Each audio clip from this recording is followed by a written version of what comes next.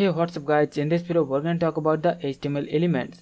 The HTML elements are the building block of any web page, and they are defined by the start tag and the end tag, and in between we put the content.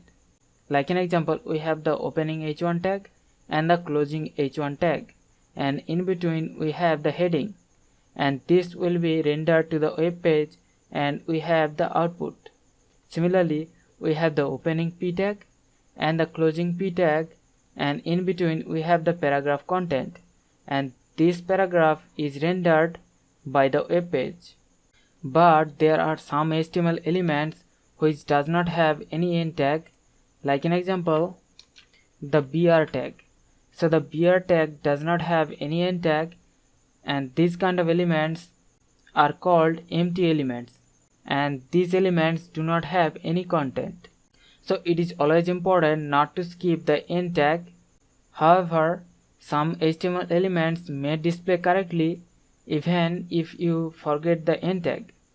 Like an example, if we remove the closing p tag, still the documents will be rendered correctly. But we should never rely on this because it may lead to unexpected result and errors. So HTML is not a case sensitive language. That means even if we use capital letter for the tag name, still the document will be rendered correctly.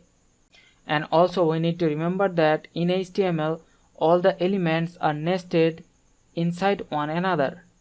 Like an example, the HTML is the root element, and inside the root element all the elements are nested, like the head tag or the body tag.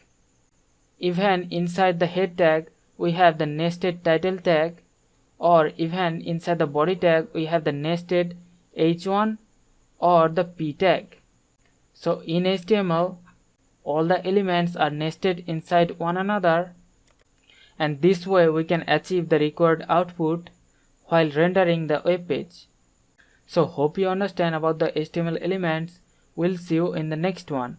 Thank you.